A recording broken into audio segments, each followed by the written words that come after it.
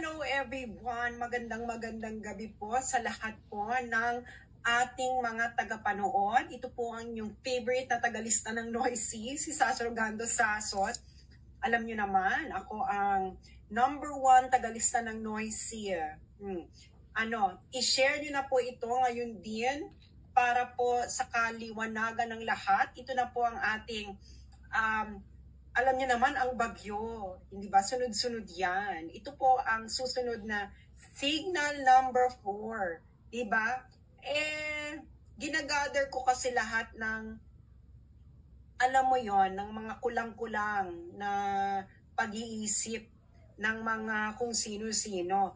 Kasi naloka sila sa aking unang pasabog, no? Umaabot na siya ng 1 million views. Kanina lang siya 7 hours. So, hindi na nila malaman kung paano nila lulusutan.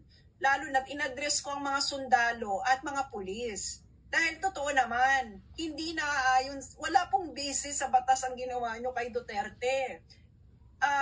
Ito ipapaliwanag ko ng tuluyan. Alam nyo, may mga nagrebat-rebat, sumagot. Hindi ba napilitan ng sumagot ang Malacanang? Hindi ba? Hindi naman nila nire-relate na ako yon, pero ako nga ang #1 Noisy doon. So ngayon, i-address na ngayon natin. Alam mo, Claire Castro, favorite pa naman kita. O yung mga nandyan, i-click nyo na share para malaman yung lahat, yung mga nasa bahay. I-project nyo to sa screen, manood kayong magkakapamilya. Okay?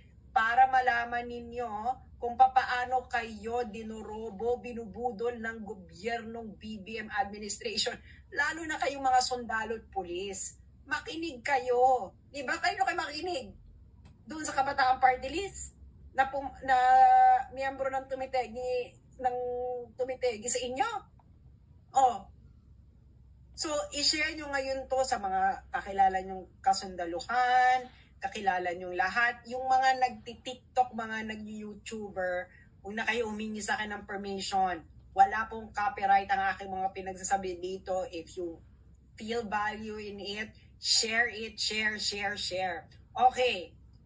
Ano na tayo? Todo na tayo. Okay. So ngayon, napilitang sumagot ang Malacanang. Nag-viral yung video ko, mag-1 million na.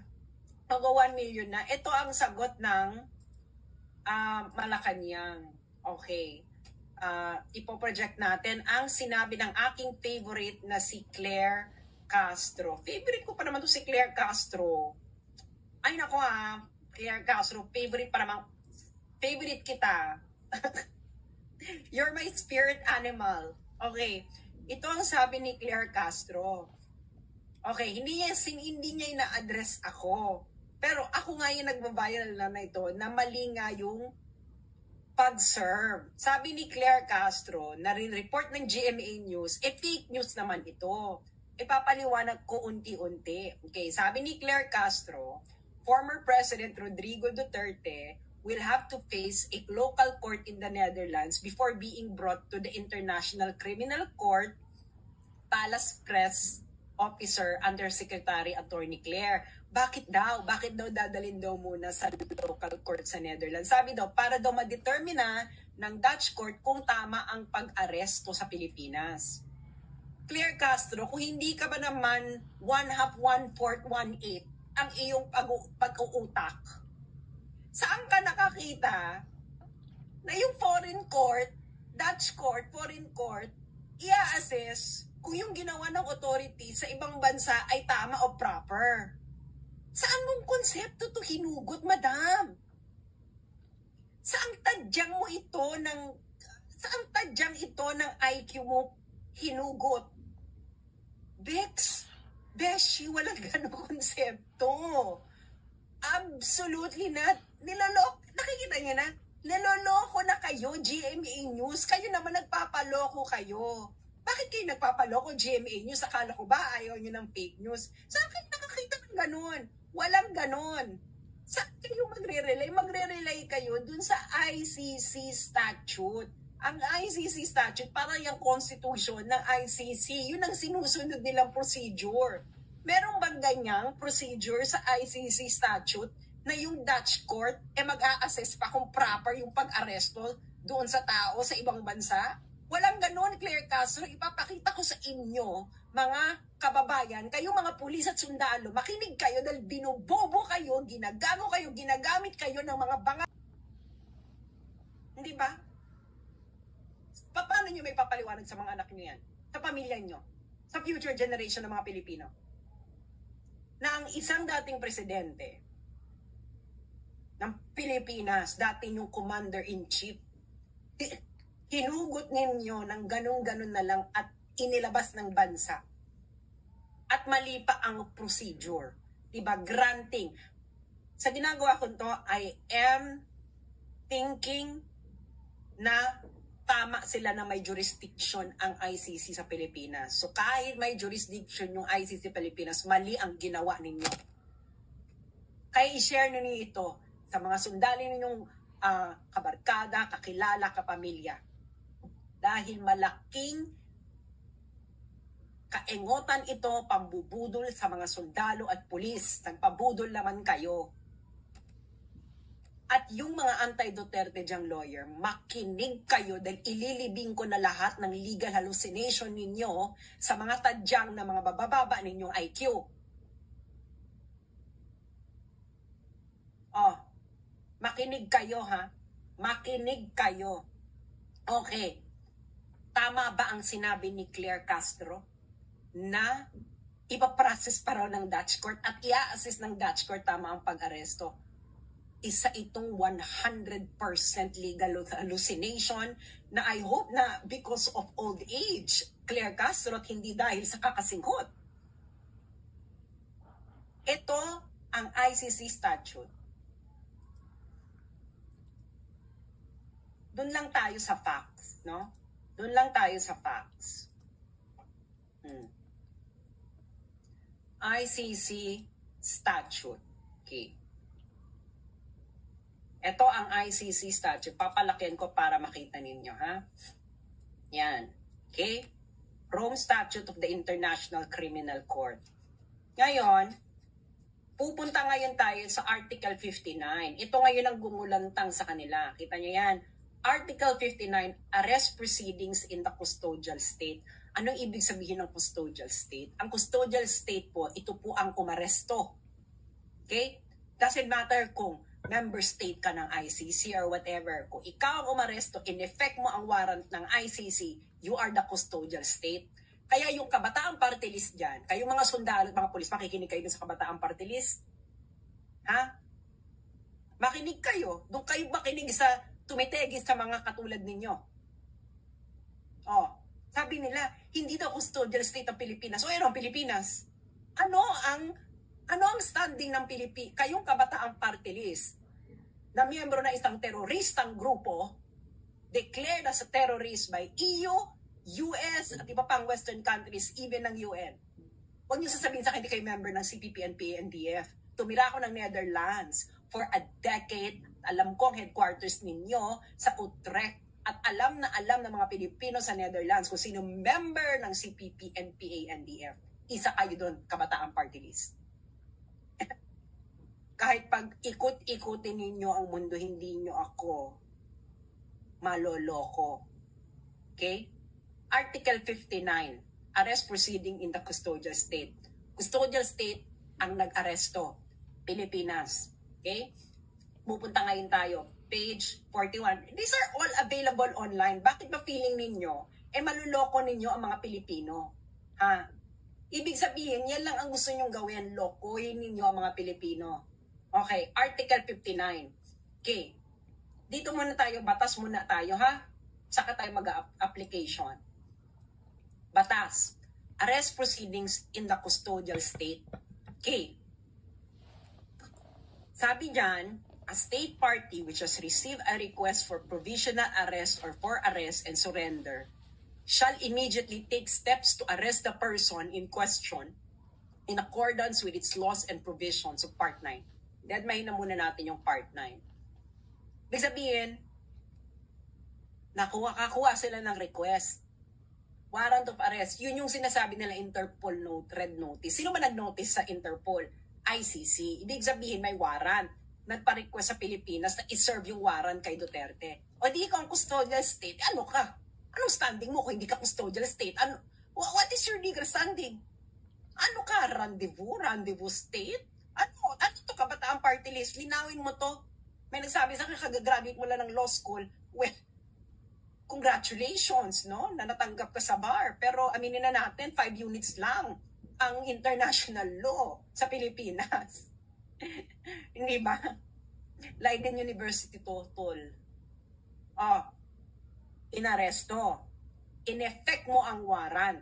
Okay, anong susunod? Step 2, Article 59.2. A person arrested shall be brought promptly before the competent judicial authority in the custodial state, which shall determine, in accordance with the law of that state, that the warrant applies to that person, the person has been arrested in accordance with the proper process, and the person's right have been respected. Ulitin natin sa Tagalog. Ang inarestong tao dapat karipas na dadalhin sa competent judicial authority ng custodial state ng Pilipinas. Ang competent judicial authority, in accordance with the law of that state, ay magdedetermine kung ang warrant ay applies doon sa inaresto. Yung person na inaresto ay naayon sa tamang proseso at nirespect ang karapatan ng taong inaresto. Ikaw, Claire Castro Bangag, asaan dyan ang Netherlands? Saan mo ipapasok dyan, madam? Kung bar exam ito, madam, at ito lang ang tanong, bagsak ka, Becky. Yung mga nakikinig dyan sa akin, nasaan dyan ang bansang Netherlands? Kung ma-justify mo kung nasaan dyan ang Netherlands ba ang custodial state? No. So, bakit ikaw na umaresto, Pilipinas, ang sasabihin mo, ang magdidetermina kung tama ang pag-aresto mo ay korte ng Netherlands? Saan ninyo hinugot ang katarantaduhang konseptong ito? Claire Castro, papaano ka pumasa ng abogasya na hindi mo muna binasa ang batas bago mo ibuka ang bibig mo? Kung gaano mo binuka ang bibig mo, gaanon kakitid ang utak mo. Sino ka, madam? Nasa tamang pag-iisip ka ba? May nakikita ka ba na hindi namin nakikita dito sa Article 59 na kung paano ang tamang pag-aresto? Kayo nga, mga nakikinig kayong sundalo at pulis. Mali ba ako? Kung mali ako, maghain kayo, ha? Maghain kayo, mga sundalo at pulis. Maghain kayo. Okay? I don't know. Mag-ano kayo dyan, military court, mag-ayin kayo. Tapos pauwiin nyo ko at sabihin ninyo na mali ako at ginagago kayo mga sundalo at pulis at i-firing squad nyo ako kung mali ako. Pero kung ako ay tama, anong ginawa sa inyo? Claire Castro, magpaliwanag ka. Saan sa Article 59 na ang Netherlands ang magdidetermina kung tama ang proseso ng pag-aresto? Kayong GMA News, ano na? Dahil ba ilang porsyento sa inyo ay ng kumpanya ninyo ay pag-aari ni? Yung mga nakikinig sa aking senatorial candidate na pro Duterte noon, magpaliwanag kayo. Nasaan dito? Di ba? Lalo na yung, bagong Pilipinas team. Oh, kakampi ninyo. Sinasabi, Netherlands daw ang magpaprocess. Nasaan dyan ang Netherlands? Netherlands ba ay custodial state? No. Ang Netherlands ba ang nag-aresto? No. Ang custodial state ay ang umaresto. Ang custodial state ay ang nag-effect ng warrant of arrest. Sino ito? Malinaw sa bawat Pilipinong nakapanood ng mga pangyayari kahapon kung anong ginawa ninyo kay Duterte. Hindi ba? Naka-live ito. Paano nyo sa amin madidinay ang mga nangyari? Inaresto nyo. Oh, paano nyo ngayon ito sasabihin, Claire Castro, na ang Netherlands ang magpa-process? Nasaan siya dyan? Nasaan ang Netherlands dyan sa Article 59? Palakihan natin para makita ng katiting mong utak. Oh, nasaan siya dyan? Nasaan ang Netherlands dyan, madam? Oh, malaki na yan. Nakakahiya naman sa mata mo. Sa mata mong pinakitid ng utak mo. Nasaan ang Netherlands dyan, madam? Nasaan? Oh, a state party has received a request for provisional arrest or for arrest and surrender. Netherlands ba ang naka-receive? No. Pilipinas ang umaresto, di ba? Who immediately took step to arrest the person? Si Duterte. Pilipinas. And then, from step 1 to step 2, a person arrested shall be brought promptly before the competent judicial authority in the custodial state. Ang custodial state ay yung arresting state. Netherlands ba, Claire Castro, ang arresting state? Nasa Netherlands ba si Duterte nang siya inaresto? Wala. Nasa Pilipinas. Inaresto nyo, di ba? Okay. Ang sunod na tanong, kayong mga nakikinig, nakita nyo ang lahat. Ipinresenta ba nila? Oh. Ayan ang requirement. After ng arrest, a person arrested shall be brought promptly before the competent judicial authority. Ano ibig sabihin nito? Ipipresenta nyo si Digong sa harapan ng competent judicial authority. Ginawa ba nila ito? Kayong mga sundalo at mga pulis na nakikinig sa akin, ginawa nyo to? Ginawa ito ng mga kasamahan ninyo? Sa dati ninyong commander-in-chief? Oo, hindi lang ang sagot. Napakasimple. Oh. Oo o hindi. Na pagkatapos arestuhin si Duterte, ay ipinresinta si Duterte sa harapan ng competent judicial authority ng Pilipinas. Oo o hindi. Yung mga sundalo at mga pulis na nakikinig sa akin. Oo o hindi. Hindi. Nakita namin ang lahat ng nangyari. Huwag kayo magmamang-maangan. Ginawa ba ito? Ginawa ba ito ng competent judicial authority? Pagkatapos ninyong iharap si Duterte, in-examine ba ng competent judicial authority pagkatapos siyang arestuhin na ang warrant ay nag-a-apply kay Duterte na nasa tamang proseso ang pag-aresto at ang karapatan ng inaresto nyo ay respected? O ay in accordance with the law of that state?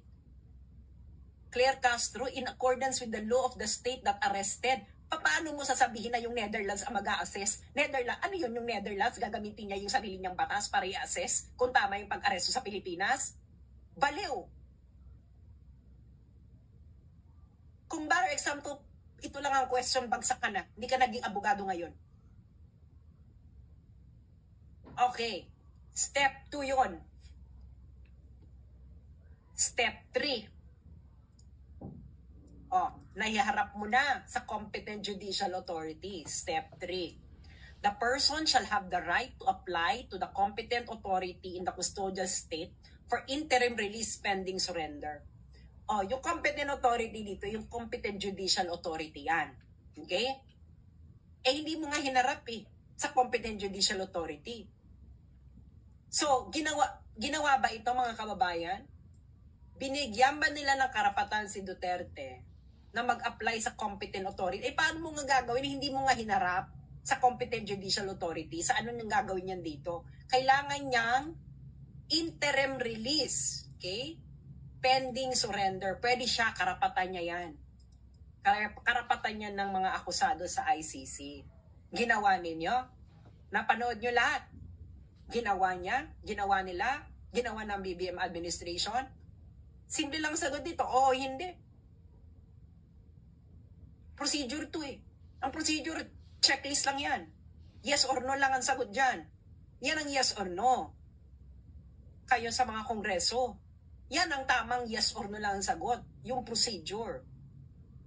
Kung procedural question. Okay. After nyan, i-review ng competent judicial authority. Ano i-review niya? Okay? I-review niya kung pwedeng bigyan ng interim release. Ngayon, yung ICC ino-notify na may request for interim release yung akusado. At yung ICC magbibigay ng recommendation kung pwede ba or hindi. Recommendation lang. Ngayon yung korte ang huling magde-decide. Okay. Sabi sa step 6, if the person is granted interim release. Ibig sabihin, yung korte ng arresting state, yung Pilipinas, kung nag-grant nila, yung ICC, yung pre-trial chamber ng ICC, ay magre-request ng periodic reports ng status ng interim release. Okay. Once ordered to be surrendered, step 7, once ordered by the custodial state, once ordered to be surrendered by the custodial state, the person shall be delivered to the court. The court here is the ICC as soon as possible. Okay. So, ang nangyari sa'yo, kay Duterte, step 1, arrest, biglang nag-jump sa step 7. Tama ba yon? Mga sundalo at kapulisan, tama ba yon? So, ano ang basihan mo, BBM Bangmag, na ginawa mo ang step 1, inaresto mo, inignore mo ang step 2, step 3, step 4, step 5, step 6, at nag-jump ka sa step 7. Kaya ka ba bumagsak sa Oxford? You're not following instructions, napakasimple. Plain language. Oh, yung mga taga Mindanao, makinig kayo. Tama? Okay. Oh, Claire Castro, walang Netherlands dyan ha, wala. Tigilan mo na yung legal hallucination mo. Okay. Now, para mas lalo ninyong maintindihan, okay, i-apply na natin ngayon ito sa facts. Okay? Facts of the case. Okay? Nang nangyari. Okay? Nasa na itong i-share ko. Kaya paki-share muna ito at makinig kayo nang hindi kayo naloloko ng mga kung sino-sino. Okay? Nasa na ba yan? I-ano ko na lang. I-share ko na lang yung Facebook ko. Okay. Yung mga, wag na kayo mag-request sa akin kung i-download nyo para sa TikTok. I-download nyo na lang. Okay. Dito ngayon tayo sa application. Okay. Ito ang sunod-sunod na pangyayari. Inaresto si Digong, correct? Oh. Granting, sabihin na natin for the sake of argument na may jurisdiction ng ICC, inaresto ninyo sa bisa ng warrant of arrest ng ICC. Huwag niyo akong paikot-ikutin na dahil sa Interpol. Wala pong karapatan ng Interpol na mag-issue ng warrant. Ang Interpol po, nag-i-issue po ito ng red notice after merong isang requesting party na magsabi na may warrant of arrest itong taong ito at kailangan ng tulong ng Interpol. Ang Interpol nag-issue ng red notice on the virtue of that warrant. At ikaw, Pilipinas, ikaw, Bongbong, hindi ka nag-comply sa Interpol. Nag-comply ka dun sa warrant. Hindi dun sa red notice. Nag-comply ka doon sa warrant. Okay. Sabi mo, inaresto si Digong. Okay, nag-comply yan sa Article 59.1 ng ICC statute. Arrest the accused. Check. Anong second step nila? Dinala sa Villamor Air Base. Anong step 2 sa ICC statute? Iharap ang akusado sa competent judicial authority ng custodial state. In other words, Pilipinas. It's Article 59.2. Okay. Nag-comply? Aba kahit grade 5, may intindihan ko anong difference ng Villamor Air Base at competent judicial authority. Wes, wag nyo naman ka-illegal calisthenics. Ang layo naman ng Villamor. Kailan naman naging competent judicial authority ang Villamor Air Base? Yung mga sundalo at pulis. Oh, mali ba ako? Sabihin nyo sa akin, baka nagbago na. Baka nagbago na talaga ang Pilipinas. Na ang Villamor Air Base ay bigla ng competent judicial authority. Anong next step ninyo? Isinakay sa eroplano. Anong next step pagkatapos, anong next step ayon sa batas na nanaayon sa ICC proceedings? Ang competent judicial authority susuriin ang warrant process at kung nirespeto ba ang karapatan ng accused. That's Article 59.2. Complied? No, X. Umalis ang eroplano ng Pilipinas. Yun na yung final step ninyo. Ang next step doon, ang akusado ay pwedeng humiling ng interim release sa competent judicial authority. So, ihaharap nyo muna siya, i-assess muna ng judicial competent authority lahat ng mga nangyari, and then, ang akusado ay magre-request ng interim release. Karapatan niya yun. Nasa ICC statute yun. Huwag nyo ibase sa feelings ninyo. May batas po. Nandun yung batas, may procedural Wala akong pakialam sa mga drama. You cannot pick and choose kung ano yung steps ninyo dito. Hindi ito dance revolution. Kahit nga dance revolution, kailangan mo mag-follow ng steps. Okay. Hindi, di ba? Ngayon, ang dami na naman nilang mga ebas. Akala nila hindi ako handa sa mga kaebasan nila, no?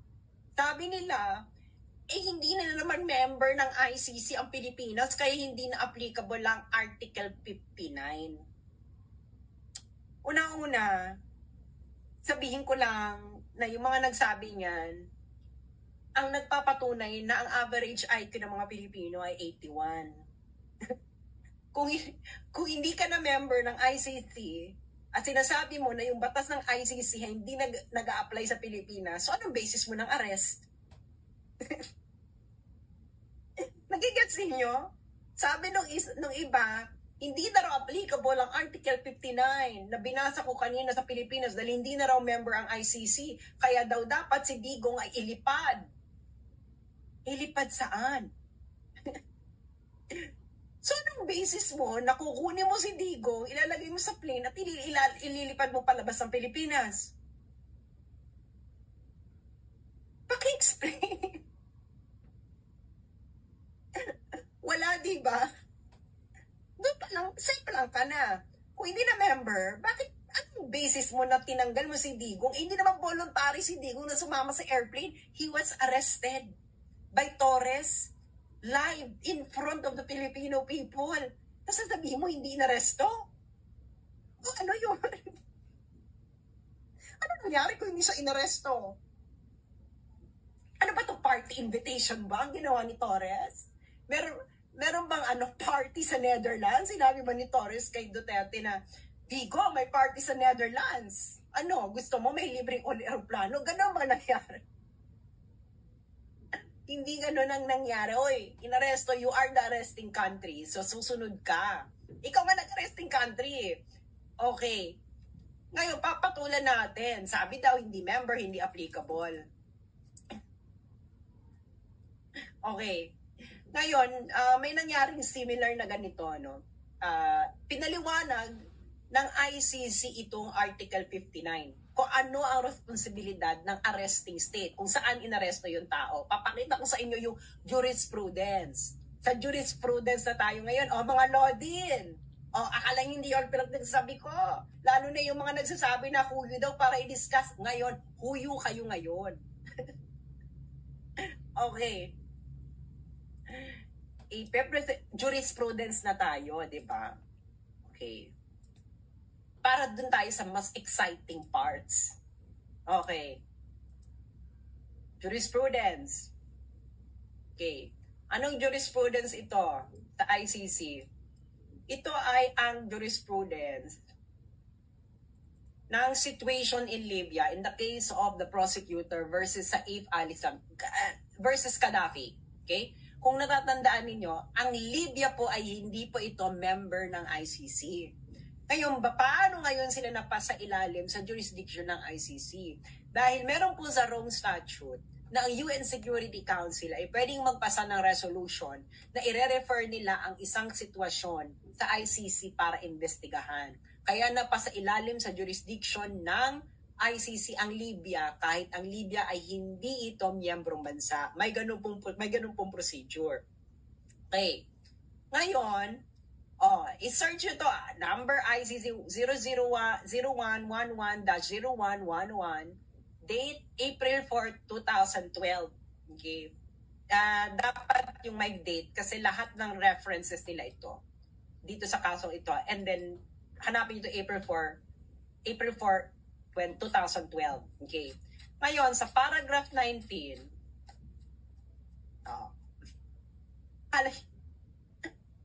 Inako Lord, never underestimate your enemy.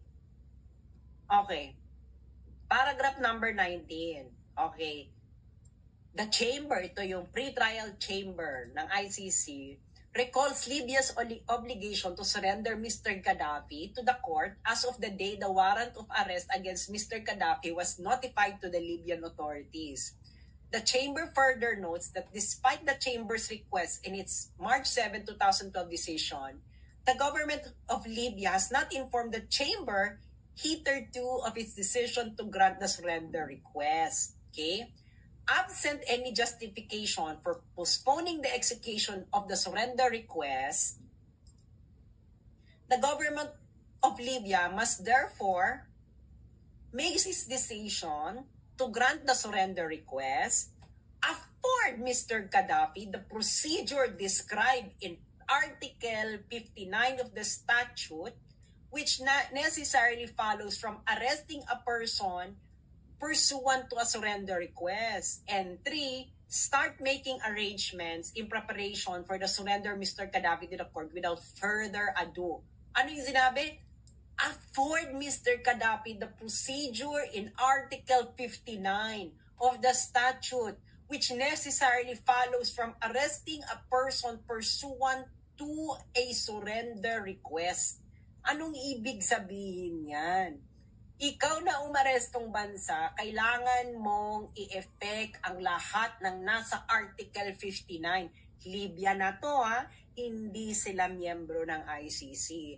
Kaya yung mga nagsasabi niyan, hindi na naman tayo member, ulul. It applies to the arresting state who would like to comply to the surrender request ng ICC. Kese hodang sino ka pa. Dito nga lang, mas matindi dahil ang UN Security Council binigyan ng kapangyarihan ang ICC na imbestigahan ang Libya. So, ang basis ng jurisdiction dito ng ICC ay ang UN Security Council resolution. Ngayon, yung ICC, sinabi niya may jurisdiction sa Pilipinas kahit nag-withdraw na ang Pilipinas.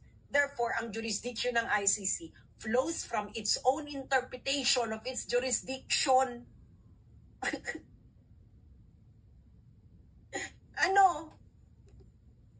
Libya ito, Libya. Nakikita nyo? Kailangan daw si Mr. Gaddafi ay ibigay lahat ng procedure described in Article 59.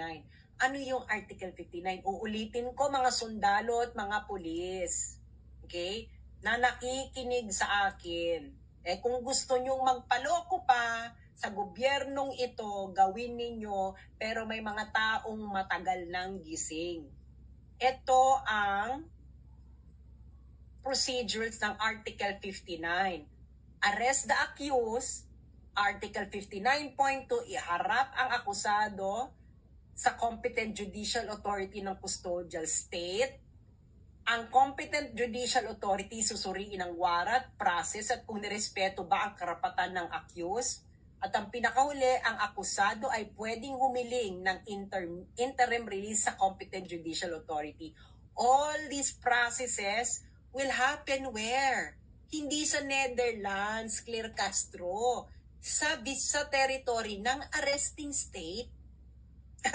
Ikaw na naman, Claire Castro, legal hallucination. Pati yung mga law din na iba. Legal hallucination. Plain language.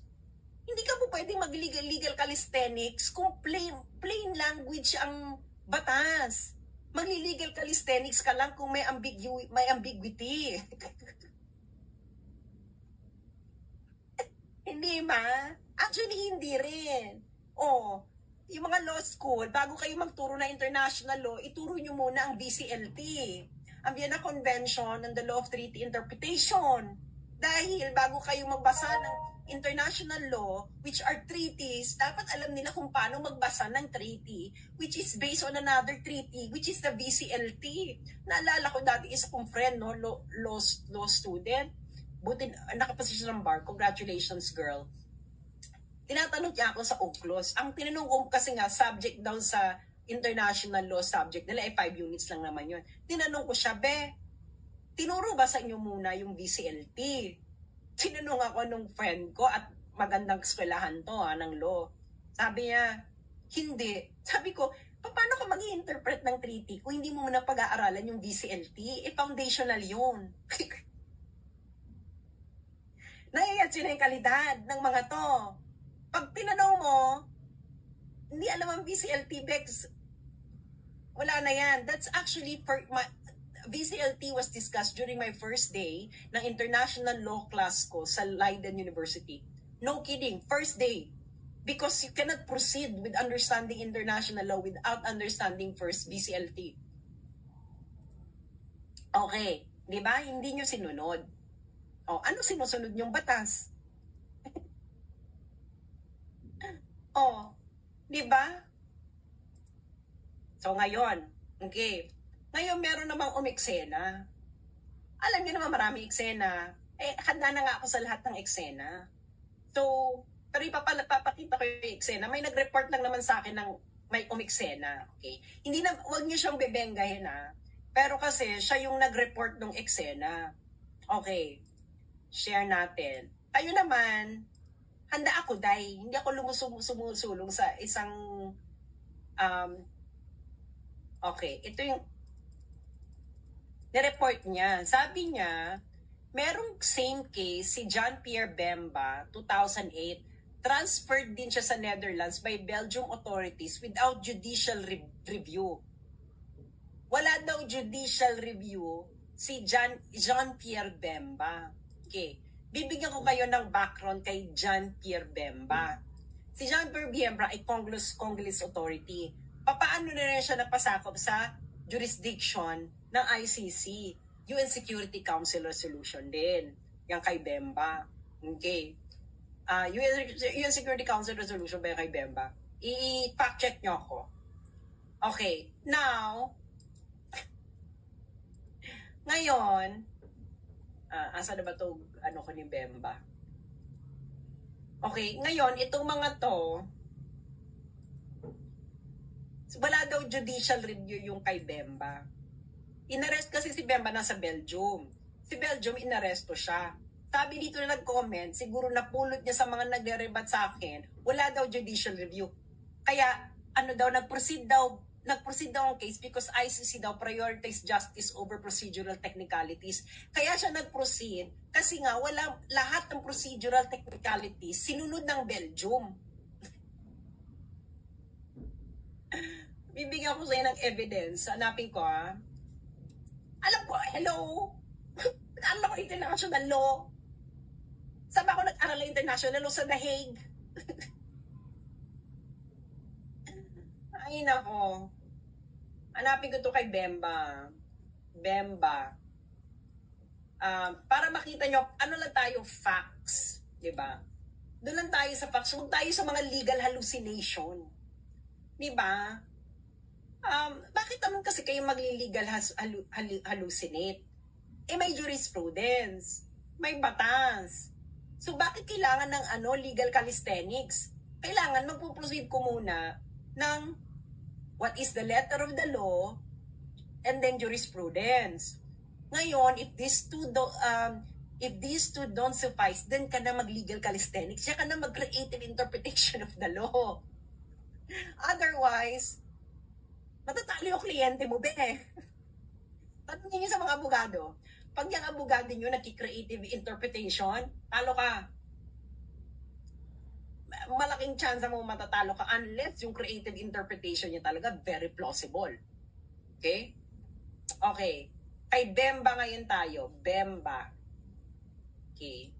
Si Bemba, wala daw judicial review. Kailangan nating sampalin ng katotohanan tong mga taong ito, no? Dahil pinagluloko nila ang mga Pilipino. Simple. Pinagluloko ninyo ang mga Pilipino. Pinagloko ninyo ang mga sundalo. Niloko ninyo mga sundalo. Niloko yung mga police. You let them arrest their former commander-in-chief, beloved president of a lot of Filipinos, the first president from Mindanao, nang hindi naaayon sa batas. Okay? Kay Bemba ngayon tayo. Bemba. Okay. That's Article 59, compliance. Okay. Dito ngayon tayo kay, asa na si, ay, si Bemba et al. Nakakaloka yung pangalan ni Bemba, no? Bemba et al. Okay. Asa ka na, Bemba? Asa na? Okay. Decisions. Article 59. Okay. Wala daw judicial review. Wala daw judicial review kay Bemba. Ano yun? So, ang premise nila, inaresto lang sa Belgium, inilipad kagad sa Netherlands. Hindi na raw sinunod ang mga step by step. Hindi ba? Step by step. Okay. Okay. May step by step yung kay Bemba. Hanapin ko lang yung decision dito kay Bemba. Nag-enjoy ba kayo? Nag-enjoy ba kayo sa Sonic Boom? Ano? May rebuttal pa ba? Kung may rebuttal pa, handa ako, be. Diyos mío, Santísima Trinidad. Ano ba to?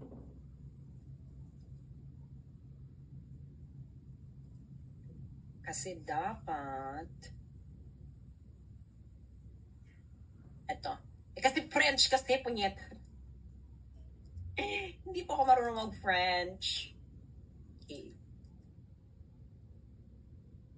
Ito. Nahanap ko na. Buti may English. Okay. Tagal naman mag-load. ICC. Ito. Top screen. I-share na natin yan kay Bemba. Si Bemba daw. Walang judicial review. Okay. Alam nyo, kayong mga nagpapakalat ng mga legal hallucination, makinig kayo. Okay. Ang nakikita nyo ngayon, ito ay ICC 01-05-0108, June 23, 2008. Situation in the Central African Republic, the prosecutor versus Bemba Gombo. Okay. Ano to? Tungkol saan to? Recommendations to the Chamber, French, wag na tayo Chamber de blah blah blah Brussels Court of Appeal pursuant to Article 59 of the Rome Statute. Ano ibig sabihin nito, friends? Ito yung mga gustong maghanap, ha? Ayan, ito ang hanapin ninyo. Yan. ICC 01-05-0108, June 23, 2008. Yung mga abogado, makinig kayo.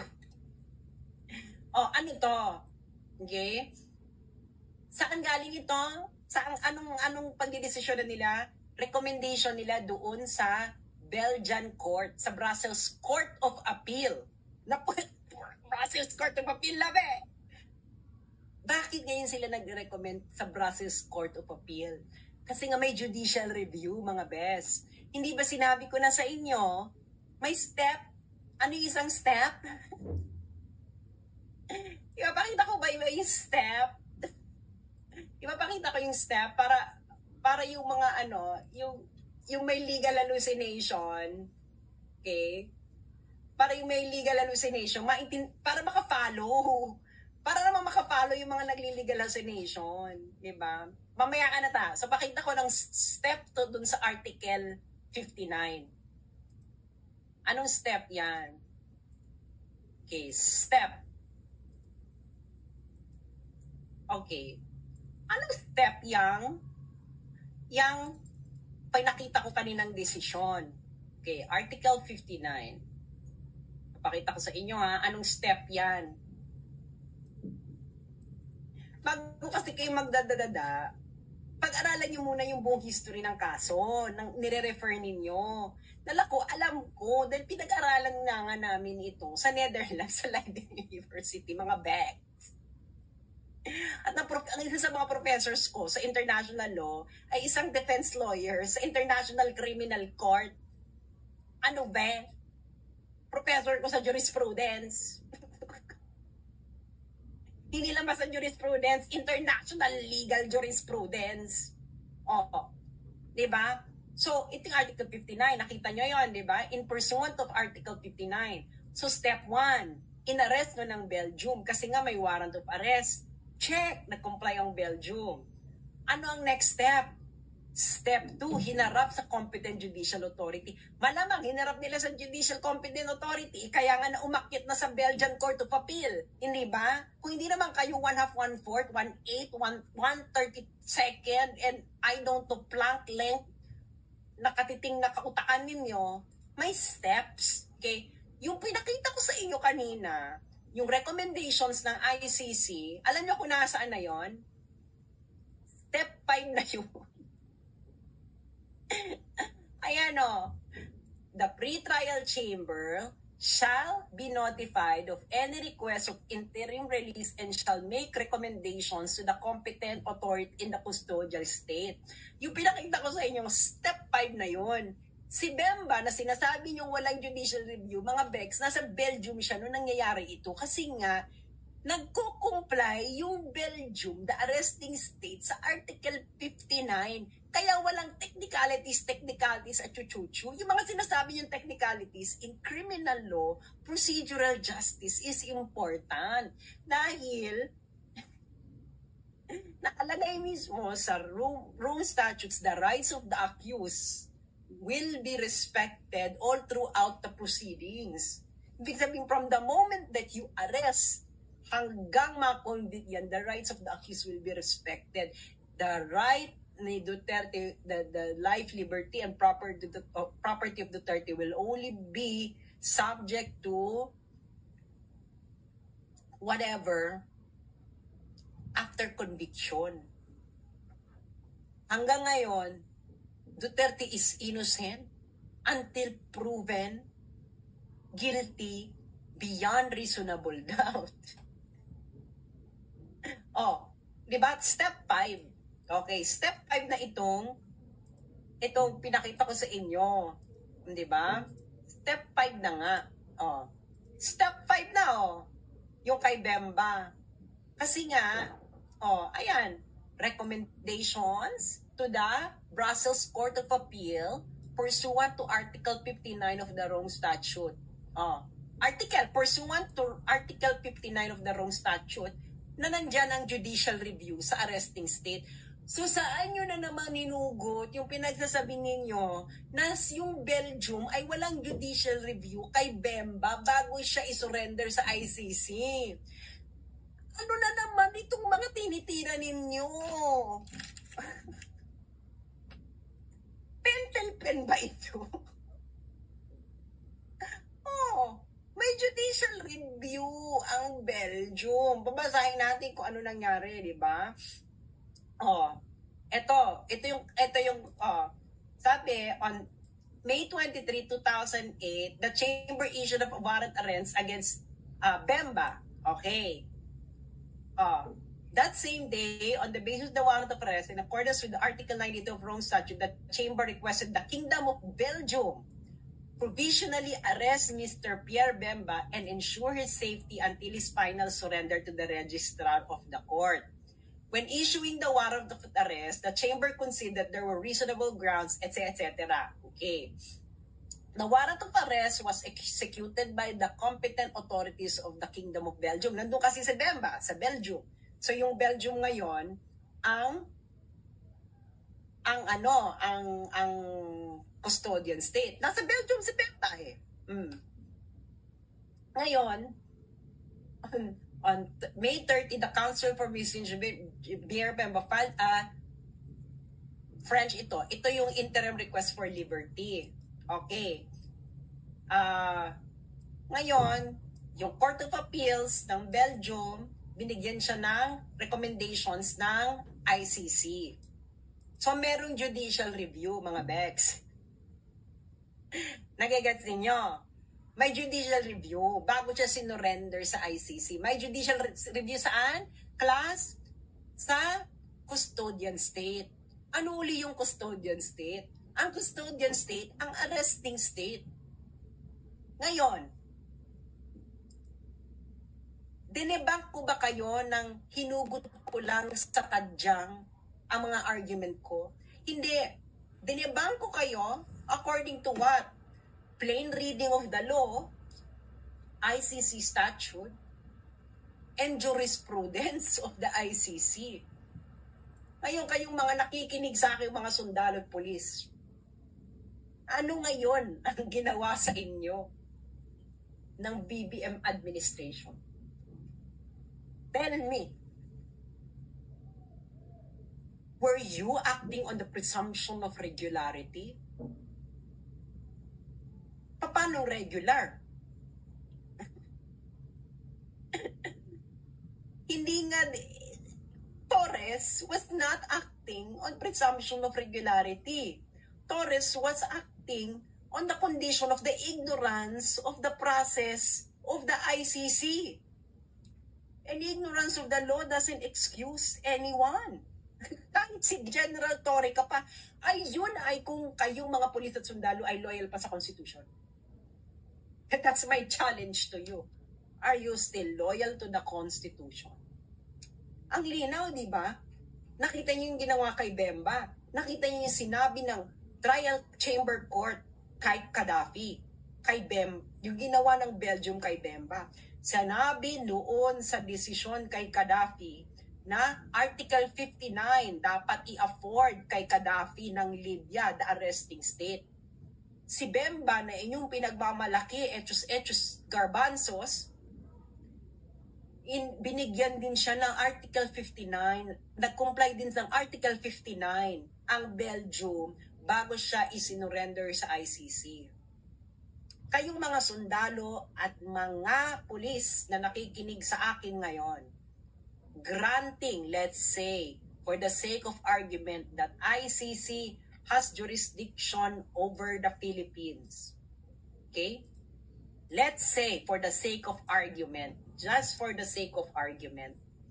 Okay? Ginawa ba sa pag-aresto sa former Commander-in-Chief? Ha? Hindi ito ginawa kay Erap. Hindi ito ginawa kay Arroyo. This is the first time that this was conducted in recent memory to a former head of state of the Philippines. Hindi ba? Si Erap nga na pinatalsik ng upheaval na nagkaroon ng people power and coup combined laban kay Erap. Binigyan pa siya ng karapatan.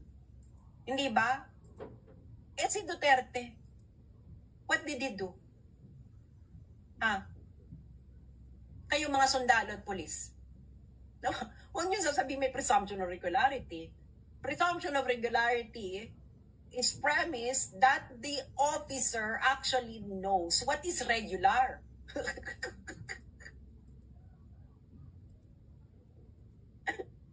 Oh, hindi nga alam ni Tory ang batas. So, paano may presumption of regularity? May ignorance of the law si Torres, hindi ba? So, ngayon, anong basis ninyo kayong mga sundalo? Paiyak-iyak pang iba. O ngayon, alam nyo na mali ang ginawa ninyo. Anong gagawin ninyo? Tatanga-tangahan na lang tayo. Hindi kayo magagalit? Hindi kayo nyo ko-questionin? Ano to? Ano na lang natin? Charge to experience? A former head of state, you took from the Philippines, isinakay nyo na aeroplano, pinadala nyo sa ibang bansa. Ano yun? Anong procedure? Anong procedure ang sinusunod ninyo? Oh, kanino kayo makikinig? Doon sa Akbayan? Ay sa Kabataan Party List? Saka doon sa, ano to, Conti ba yun? Yung lawyer ng Bakabayan Block? Hindi ba yung mga tumitegi sa inyo? Alam mo, natatawa ako, no? Dahil I really find it ridiculous that the people who swore loyalty to the constitutions is protecting the constitution. Ay, nako. Buhay. Kayo na ang may kasalanan niyan. Hindi ba? Ngayon, isasampal uli natin ang nangyari, no? Ipoproject natin ang nangyari sa mga nakikinig sa ating sundalo o pulis. Okay? Para mahimasmasa naman kayo sa ginawa sa inyong pangdorobo ng gobyernong ito. Wala na tong ginawa matino kundi mandorobo ng tao. Oh, inaresto nyo si Digong, correct? Check. Inaresto nyo siya on what basis? Warrant ng ICC. Otherwise, ano basis? Anong basis kung ba't nyo siya inaresto? Nag-comply ba ito sa procedure? Okay, check. Granting na may jurisdiction ng ICC. Check ang Article 59.1. Anong next step? Anong next step ng ginawa ninyo? Inilagat nyo sa Villamor Air Base. Step 2 sa ICC arrest proceedings. Iharap ang akusado sa competent judicial authority ng custodial state. Ito ay Pilipinas. Article 59.2. Ang sabi ni Claire Castro, ang step 2 daw sa Netherlands, sa local court sa Netherlands. Hindi po ganon. Dahil hindi naman po ang Netherlands sa arresting. Hindi po Netherlands ang nag-effect ng warrant or nag-request to surrender a suspect. Pilipinas po, kayo yun, yung mga sundalong nandun, yung mga pulis. Dinala niya sa Villamor Air Base. Kailan po ba naging competent judicial authority ang Villamor Air Base? Baka sa bagong Pilipinas, ang kasama na ang Villamor Air Base sa competent judicial authority. Yung mga taga Mindanao dyan, makinig kayo. And the next step nyo is sinakay sa aeroplano. Hindi na kayo nag-comply sa Article 59.2 pati doon sa dapat gagawin sa Article 59.2, dapat yung competent judicial authority susuriin ang warrant, process ng pag-aresto at kung nirespeto ba ang karapatan ng accused. Kasi nakayo nga sa aeroplano eh. Si Torre ba ay competent judicial authority? No, arresting officer. Dapat ang ginawa ni General Torre, hinuli niya, ipinresenta niya sa harapan ng hukuman. Dahil yun ang nakalagay sa arrest proceedings ng ICC. Oh, ngayon, kung hindi mo ginawa yan, anong basihan mo ng ginawa mo? Oh, anong basihan nyo ng ginawa ninyo? Mamili kayo ICC statute, Philippine Constitution, Rules of Court of the Philippines. Which one? Para mahimay natin kung nagko-comply. Which one ba? ICC statute, Philippine Constitution, Rules of Court ng Pilipinas.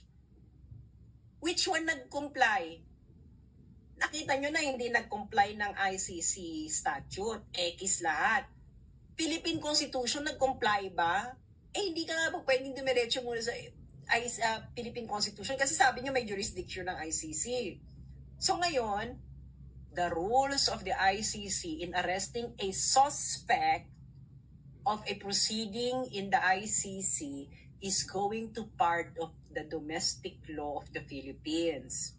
So ang umiiral na batas ngayon, kung sinasabi nyo ang Pilipinas ay under jurisdiction ng ICC, then it is the Article 59 is in operation sa Pilipinas. Ngayon, pwede nyo naman sabihin, hindi operational ang Article 59. Kung hindi operational ang Article 59, ano yung basis ninyo ng arrest? Article 59, arrest of the accused, ginawa ninyo. Sabi nyo, Article 59, hindi ito applicable. Bakit applicable ang Article 59.1? Pero yung ibang items sa Article 59 hindi applicable? Ano yan? Select and choose.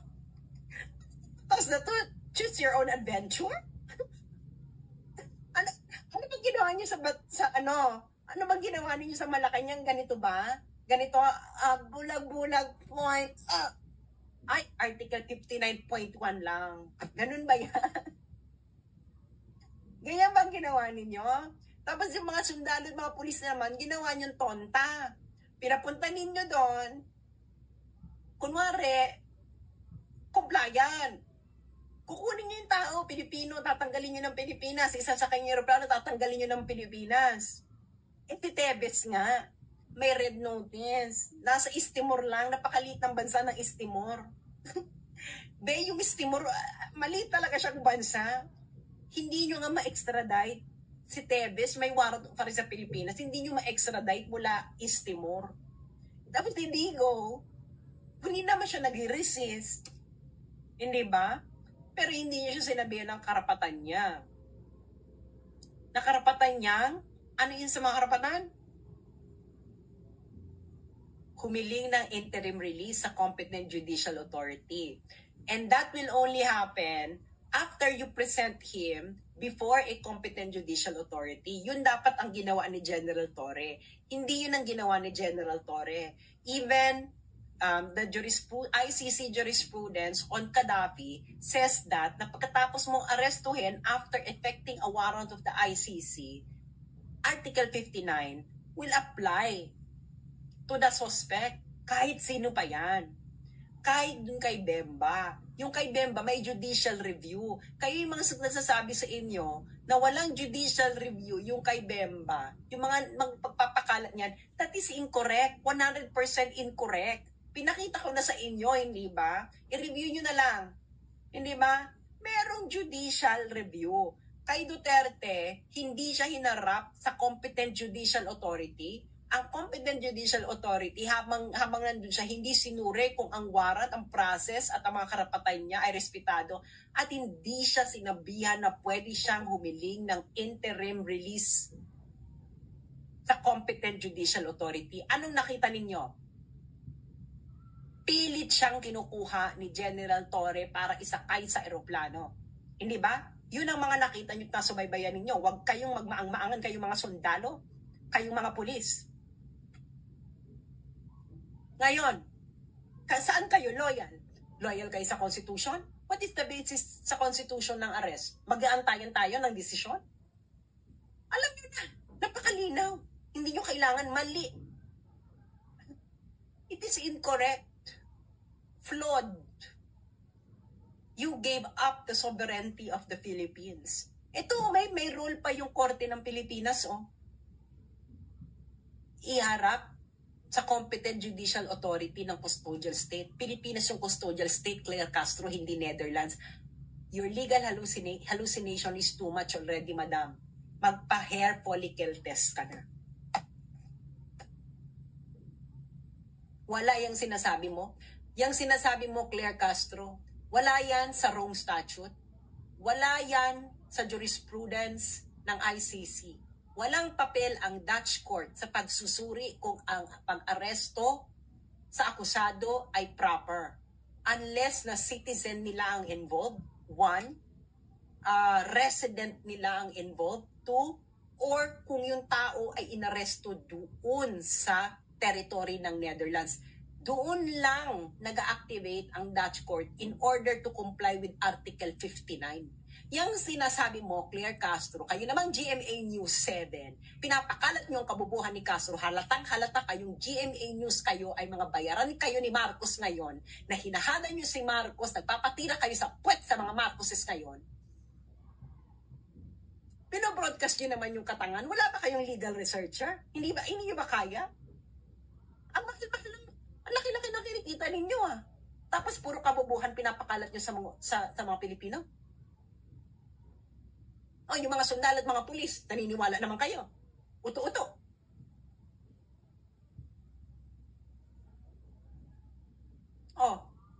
Nasaan ang papel ng Netherlands? Wala. It's not in the jurisprudence of the ICC. It's not in the Rome Statute. So saan hinugot ito ni Claire Castro? Saang dako ng kanto ng namamagamong Kepias hinugot yung legal hallucination mo, Claire Castro? It's not in the Rome Statute. It's not in any jurisprudence of the ICC. Not even in the Philippine Constitution. Not in the Rules of Court of the Philippines. Not in the jurisprudence of the Philippines. May papel pa ang Korte ng Pilipinas sa mga nangyayari. Anong ginawa ni General Torre following whose order? Na i-disregard ang Korte. Sagutin niya yung mga sundalo at pulis. Ano ang basis ni General Torre para i-disregard ang Korte na may papel pa ayon sa Article 59 ng Rome Statute? Ayoko ng yes or no dito. Give us your most talented reply. Tingnan natin kung may basehan yan. Kailangan meron tong jurisprudence na yung Article 59 pwedeng i-disregard. Hanapin nyo na kailangan i-disregard ito, pero nakita nyo na, di ba? Dun sa kasos ni Gaddafi, anong sabi ng pre-trial chamber? Uulitin natin para makita to ng mga sundalo kung anong ginawang kabubuhan ng gobyernong ito. Diyos mio, Santissima Trinidad. Okay.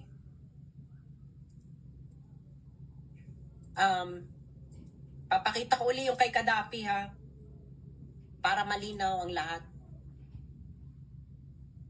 Ito ba yung kay Gaddafi?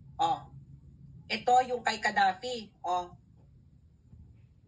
Jurisprudence to ng ICC.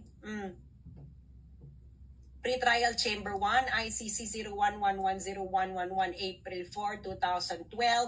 Pupunta ka ng paragraph 19. Anong sabi?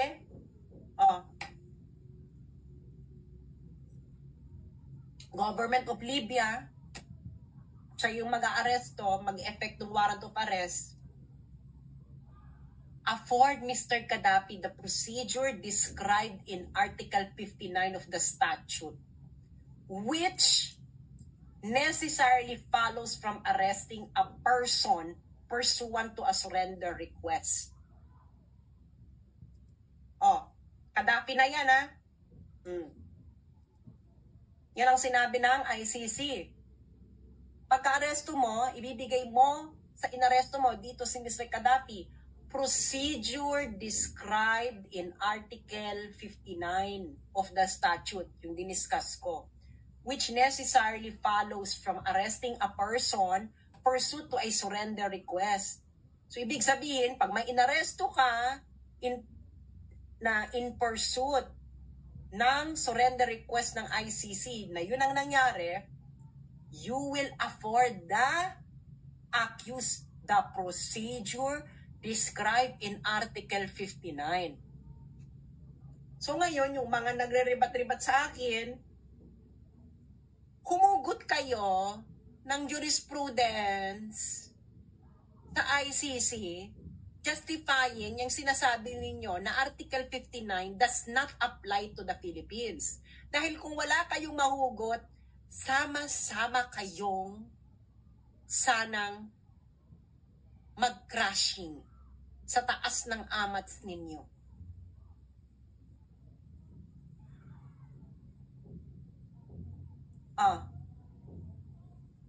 Do you know the implication of this one? This is not going to be the end of it. Not going to be the end of it. It's going to be a huge international issue. I'm going to tell you. Diba? I'm going to tell you. It's going to be a huge international issue. It will be. Nataon pa, si Trump pa yung presidente ng US na galit sa ICC. Galit na galit sa ICC. It will be a huge international issue. And ang ICC ngayon nasa hotspot, di ba? Dahil yung kay Netanyahu, kay Putin, at yung battle nila ngayon with the US. Sa hotspot sila ngayon. Do you really think, ngayon, kung gusto ng ICC to add additional burden to them, go ahead. Disregard Article 59. But this will be your death knell.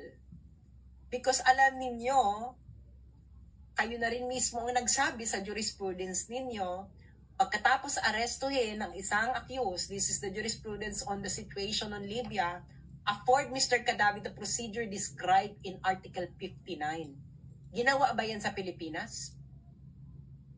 Ginawa ba? Ginawa ba kay Duterte? Napanood nyo lahat. Yung mga nakikinig sa aking sundalo, ginawa nyo? Ginawa ba ng gobyernong Bangang? O di malinaw na this is political. So you have been a tool not of law but of politics. Ano pa ba? Hindi na ayon sa batas eh. Diba? Ito nangyari, inaresto si Digong, dinala sa Villamor Air Base, isinakay sa eroplano, umalis ang eroplano ng Pilipinas. Paano naging compliant yan ng Article 59? Diba? O choose your, i-screenshot nyo ngayon, pag-aralan ninyo, lalo na may mga sundalo, diba? Pag-aralan nyo mabuti yan. Diba? Diba? Yung pula, yan ang procedure. Yung blue, yan ang ginawa ninyo ng bangag na administrasyon. Ano ba yan? Nagtutugma ba? Screenshot ninyo, kayong mga nakikinig, screenshot ninyo, pag-aralan nyo, itulog nyo muna, pag-aralan nyo kinabukasan, sa inyong inuman, pag-usapan ninyo kung magkakatugma ba yung batas sa ginawa.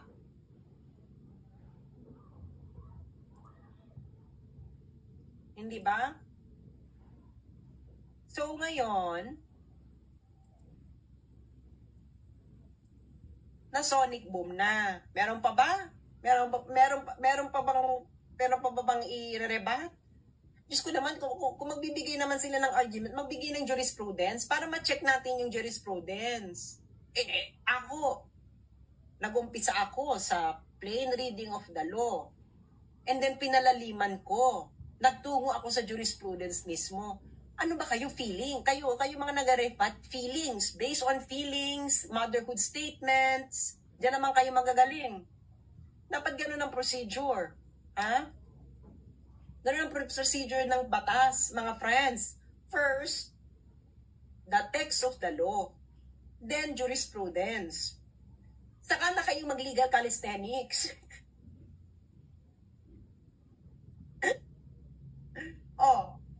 Basihan ko, plain reading of the law, check. Ayon yan sa BCLT. Jurisprudence, ayon yan sa BCLT.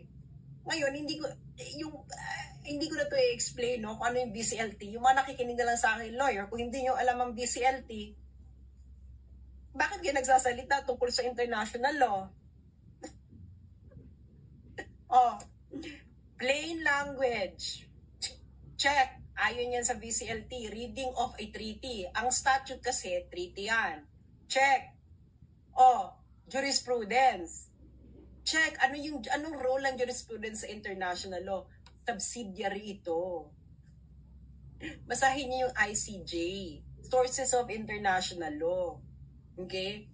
Yang mga judicial decision, they're subsidiary interpretation of a treaty. Pero ang una-una mong parate, okay, napagbabasihan, that treaty itself.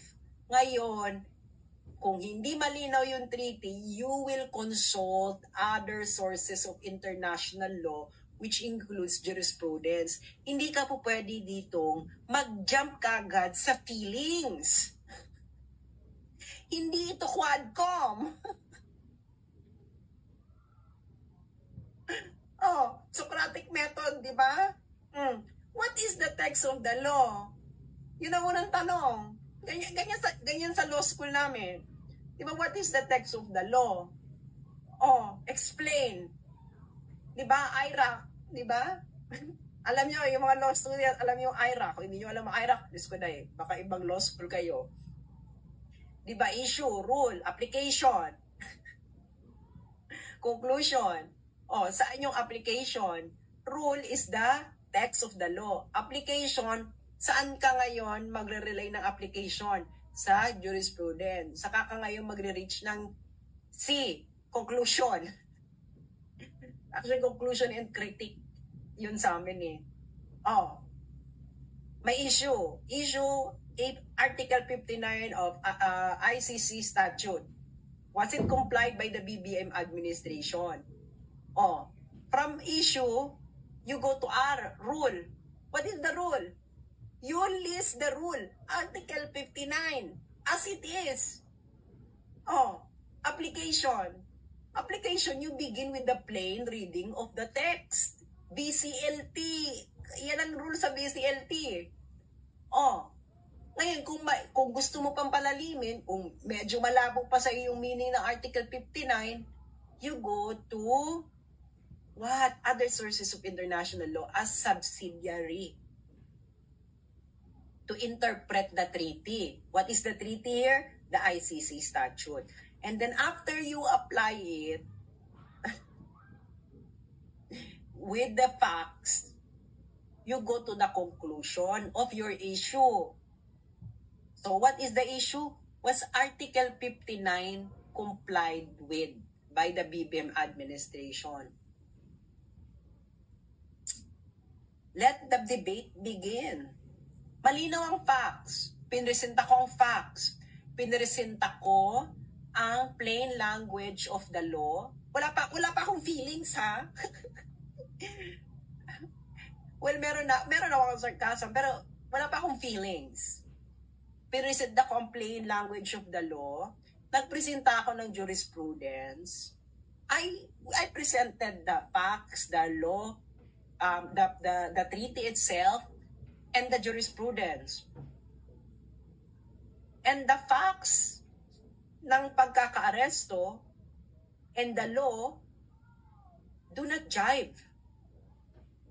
So if the law and the facts don't jive,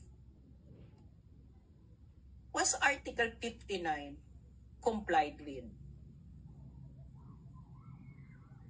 I-review nyo na lang uli ito. Maraming salamat sa mga nakinig. I-share nyo ito, pagdebatihan ninyo ito. Kayo mga sundalo at mga pulis, mag-usap-usap kayo. Niloko kayo ng BBM administration. Ginamit kayo sa politika. Shameless. A Marcos will always be a Marcos. Malaki natin itong kasalanan.